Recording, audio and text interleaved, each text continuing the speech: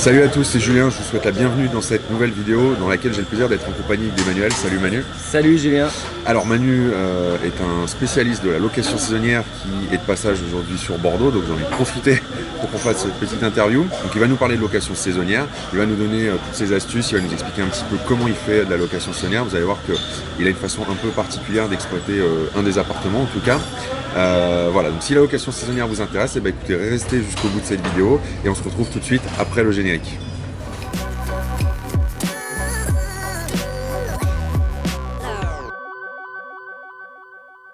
Alors Manu, est-ce que tu peux, pour les gens qui nous regardent, avant qu'on rentre vraiment dans le dur de ce que tu fais, te présenter rapidement qui tu es, quel âge tu as, voilà, un petit peu ce que tu fais. Ouais, bonjour, donc je m'appelle Emmanuel Guingamp, donc moi j'ai commencé à investir en 2003, je suis un peu un dinosaure de l'investissement. Vous voyez, il est plus vieux que moi. Donc, Alors j'ai commencé en fait par faire de la location à l'année. J'ai acheté une ruine dans une petite ville, okay. Vraiment une ruine qui était complètement squattée, il y avait des trous dans la toiture, enfin vraiment. Et j'ai divisé et je l'ai loué pendant 6-7 ans. Okay. Et j'ai commencé à avoir des problèmes au niveau du paiement des loyers. Donc je me suis retrouvé chez la caution de la locataire, enfin bon, c'était l'enfer. D'accord. Donc j'ai réglé la situation et j'ai tout vendu. Et je me suis dit, voilà, c'est pas pour moi la location l'année, il fallait que je trouve autre chose. Alors okay. J'étais bien content quand même parce que en fait c'était des biens qui s'autofinançaient, je dégageais un peu de cash flow donc c'était parfait. Okay. Donc, le choix de l'immobilier, voilà, ça c'était plus à faire. Ça t'a conforté. Voilà, j'avais mis aucun apport dans cet investissement et puis ça me rapportait de l'argent, donc ça c'était, le principe était bon. Par contre la formule, voilà, la location l'année, c'était vraiment pas pour moi. Okay. Donc après j'ai fait plusieurs opérations d'achat-revente au niveau de ma résidence principale, j'ai pas mal rénové. Et puis un jour je suis tombé sur une petite maison en bord de mer que j'ai rénovée également et qu'on a mis en location saisonnière parce que ça s'y prêtait. Au départ c'était plutôt de la résidence secondaire pour nous et puis en fait on n'y a jamais habité et on l'a loué quoi. Dans quelle région de France? Alors en Bretagne. En Bretagne, voilà, okay. En Bretagne. Je fais du saisonnier en Bretagne parce qu'il fait toujours beau donc on en profite quoi. Donc t'es plein tout le temps. Alors c'est une petite maison vraiment typique et on est vraiment voilà, on est en dehors des standards classiques du saisonnier parce que c'est une super rénovation, mais on n'a pas de wifi, on n'a pas internet, on a une télé, elle est grande comme ça, je vous promets, c'est une honte, mais on est plein tout le temps et voilà, on a une clientèle qui est vraiment adaptée à ce type de maison un peu typique et ça dérange absolument pas les gens de venir en vacances et de ne pas avoir le wifi. Alors, donc c'est un peu hors norme. Je fais une parenthèse, ouais, c'est pour ça c'est super intéressant parce que je vous répète, je vous martèle H24 que le premier truc à mettre dans une loge saisonnière c'est le wifi, avant même de penser à mettre du papier toilette, tu vois. C'est pour ça que j'ai dit ça. Et là tu casses un peu tout ce que je dis, toutes les croyances. Donc, mais non, mais je comprends le concept ça va avec le style de maison. On a une clientèle adaptée à ça. Ouais. Et honnêtement, on se pose la question chaque année avec ma femme, est-ce qu'on va mettre Internet? Et on se dit, bah, ça marche comme ça, pourquoi est-ce qu'on changerait? Ça sert à rien quoi. Donc en fait, ça marche, on continue. Peut-être qu'un jour on mettra Internet, peut-être une grande télé aussi un jour, mais pour l'instant on ne le fait pas. Ouais. Et ça n'empêche pas de louer quoi. Ouais. Donc voilà, j'ai eu ce premier bien. Et puis là, depuis 2 ans en fait, avec tous les principes d'indépendance financière, donc j'ai commencé à investir un peu plus massivement. Donc j'ai acheté un appartement en fait en centre-ville pour faire de la location étudiante et saisonnier. Donc, alors c'est ça dont je vous parlais il y a quelques minutes. Voilà, c'est un peu particulier. Alors en fait, tu peux nous expliquer un peu comment... Je fais un bail en fait de 9 mois maximum. Et donc au bout de 9 mois, soit la personne s'en va, soit elle est partie avant, parce que généralement les étudiants ils restent pas 9 mois parce qu'ils partent en stage, etc.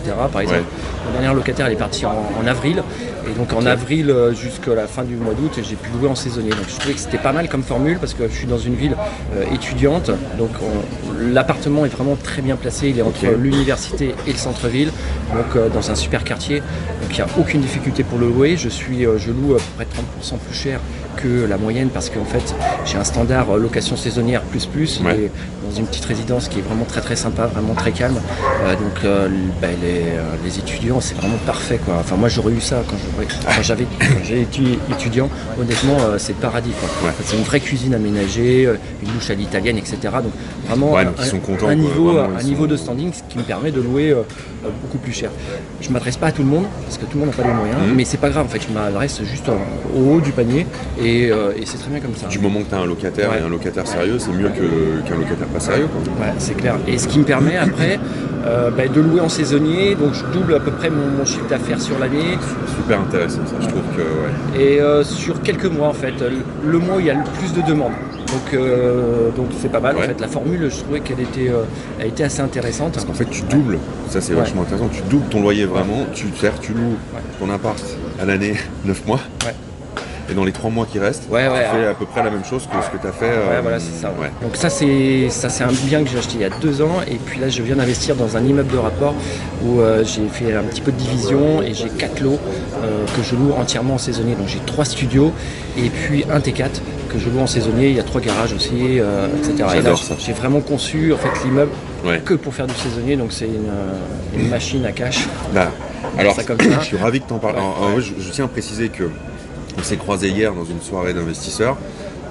Toute la journée même. Enfin toute la journée parce qu'on était en réunion. Séminaire. On travaille. On a une activité de chasseur d'investissement et on est rattaché à la même entreprise, la même structure qui est projet locatif.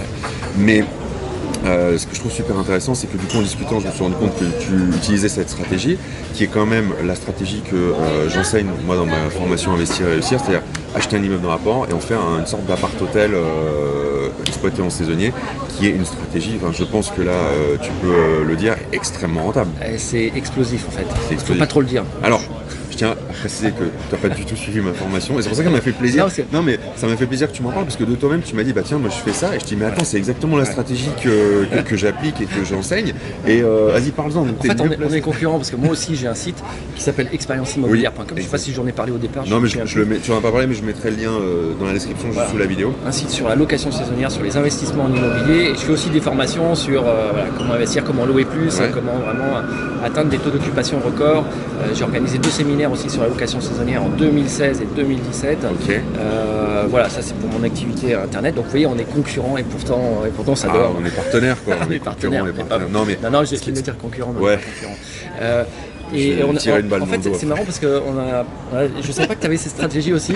Mais non, c'était le pur hasard. Et comme quoi, je pense que quand on réfléchit sur des trucs, en fait, on arrive à peu près aux mêmes solutions. Et c'est ça qui est énorme en fait. C'est un peu explosif l'immeuble de rapport. Alors moi, par exemple, les avantages d'avoir un immeuble de rapport quand on fait du saisonnier, par exemple, c'est au niveau du hall d'entrée. Lorsque on est en copropriété, le hall, vous pouvez pas y toucher, vous ne pouvez pas aménager. Alors que là, moi, d'entrée direct, je fais un effet waouh. C'est-à-dire que les gens, quand ils rentrent en fait, dans le hall, ils disent waouh, c'est déjà génial. Alors, qu'est-ce que j'ai fait? C'est juste de la décoration, quoi. Mais j'ai mis un gros welcome, j'ai mis 5 étoiles en relief. Donc je commence à les conditionner à mettre, 5 étoiles sur Airbnb. Vous voyez, non, mais c'est toute chose. C'est bête, mais je suis sûr que ça fonctionne très bien. C'est clair. L'expérience client est super intéressante et super importante surtout. C'est vrai que je le répète souvent, mais viser l'expérience client. Je mettrai le lien là au-dessus. J'avais fait une interview il y a quelques mois de Kevin qui habite à Cannes. Lui, il n'a rien à voir, mais il a acheté un studio. En fait, il a fait une love room, c'est-à-dire qu'il a tout misé sur l'aspect cocooning. Il a mis un gros jacuzzi pour 2 personnes, il a mis un lit rond, il a mis une belle douche à l'italienne, tu vois.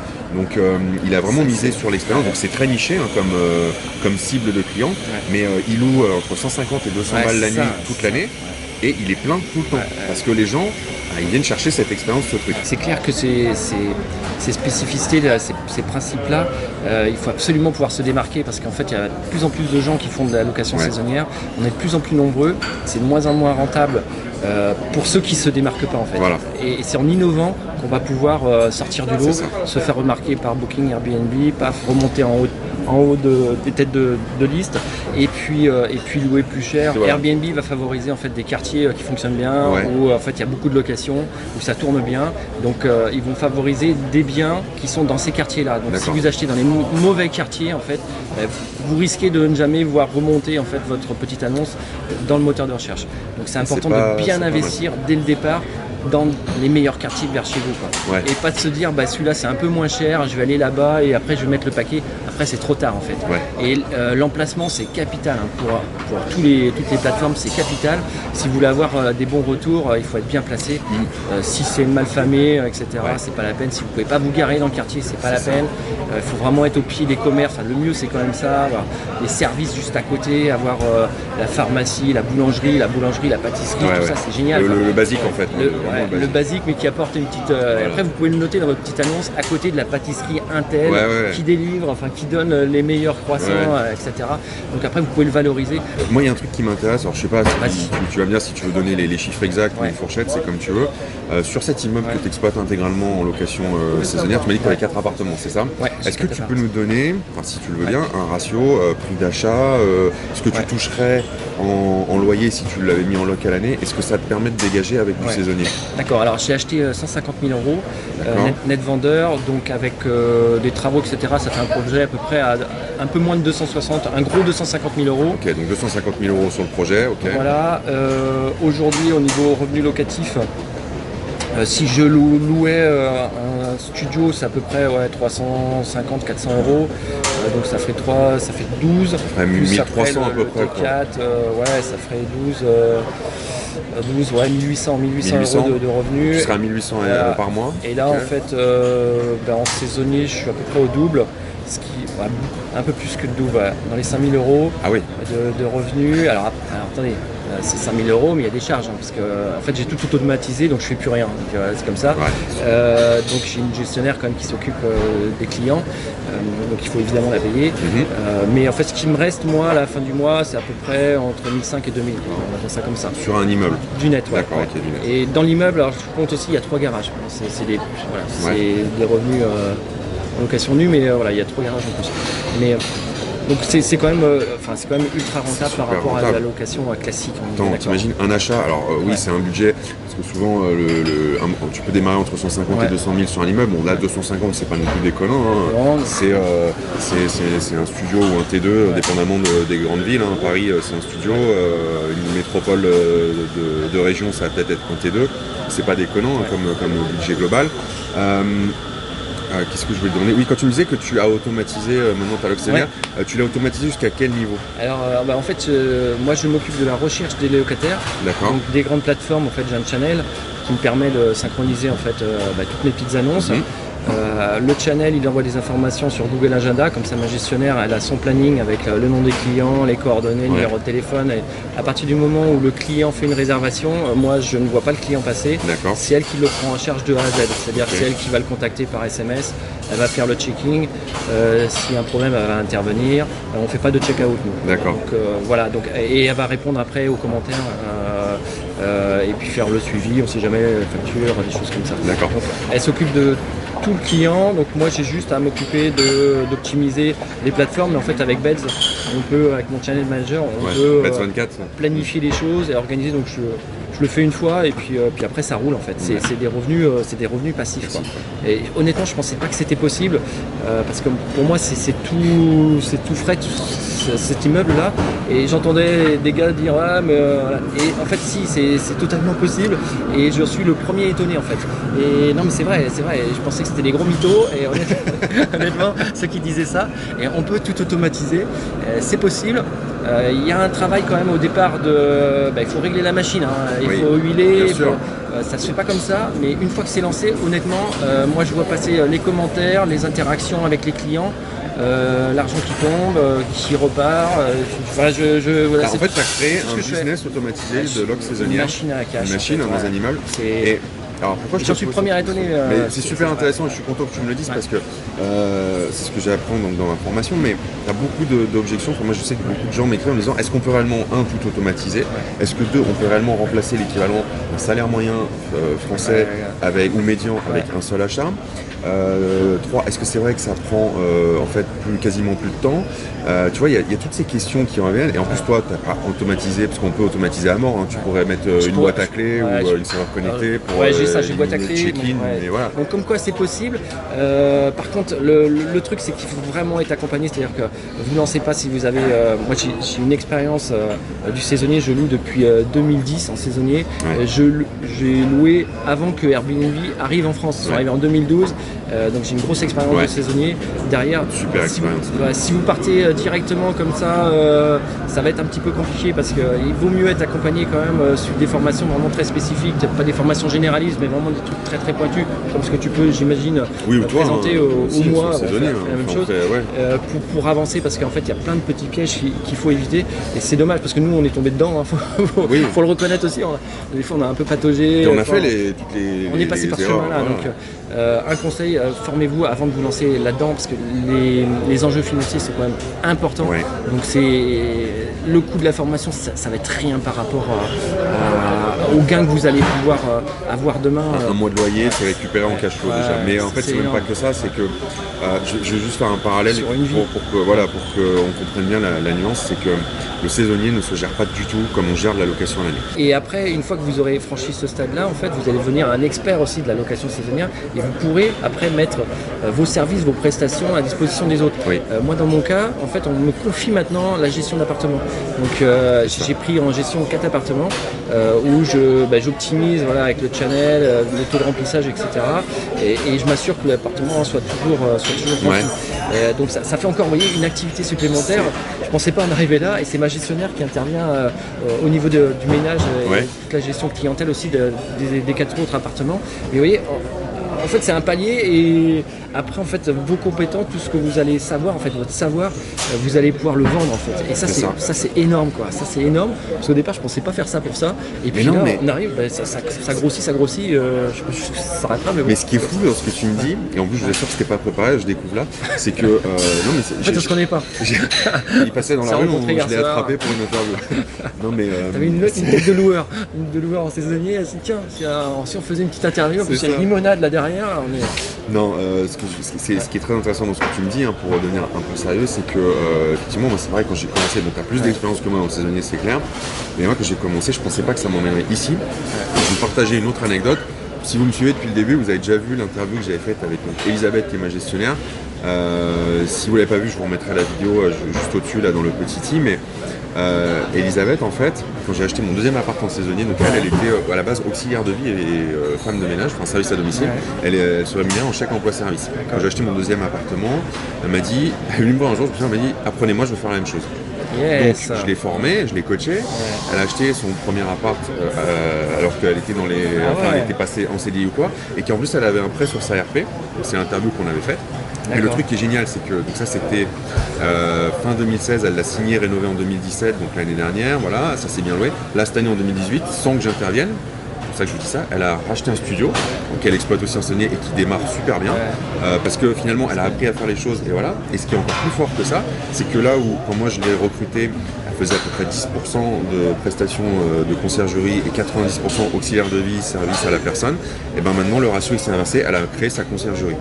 Tu vois, et elle en est à 7-8 000 clients en 6 mois d'existence.